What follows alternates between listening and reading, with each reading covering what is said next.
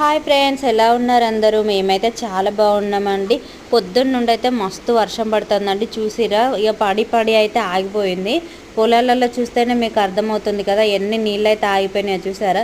అయితే ఇందులో ఏముందని అంటే, ఒకవైపు ఎండ కొడుతుంది, మరొక వైపు వర్షం అయితే పడుతుందండి.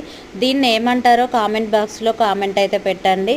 ఇక అలా బయట కూల్గా ఉన్నప్పుడు లోపల ఏదైనా వేడిగా తినాలనిపిస్తుంది కదా, అందుకోసం అయితే నేను ఇవైతే నానబెట్టుకున్న ఫ్రెండ్స్. ఇంకా శనగలు పెసర్లు అయితే నానబెట్టేసిన. ఇవైతే ఇలా పొట్టుతోనే పట్టేస్తా. పొట్టుతో తింటే ఆరోగ్యానికి చాలా మంచిది కదా. మన ఇంట్లో ఉన్న వాటితోనే ఇలా చేసుకుంటే ఎంతో రుచిగా ఉంటుందండి. షాప్లో పప్పు కంటే ఇదే చాలా టేస్ట్ అయితే ఉంటుంది. ఇలా ఉన్నప్పుడు ఎవరికైనా ఏమైనా తినాలనిపించదా ఫ్రెండ్స్? చెప్పండి. చాలా కూల్గానే అవుతుంది. ఇక వయసుగాడు అయితే మధ్యలో జాయిన్ అయ్యిండు. నేనే కరివేపాకు వేస్తానైతే వేసేసింది ఆమె చేతులతోని. టేస్ట్ ఎలా ఉంటుందో మీరే చెప్పాలి ఫ్రెండ్స్, ఓకేనా? నేనైతే ఇలా ఈ పప్పునైతే మొత్తం ఇలా మెత్తగానైతే పట్టుకోలేదండి, కొంచెం బబ్బుల్లాగా పట్టిన. ఎందుకంటే టేస్ట్ వేరే ఉంటుందండి ఇలా పట్టిందైతే. హోటల్ మాదిరిగానైతే వస్తాయి. నేనైతే ఇక ఫైనల్గా ఇలా కొంచెం చెయ్యి పదన చేసుకుంటూ ఇలా ఒత్తుకుంటానైతే వేసేస్తున్నా.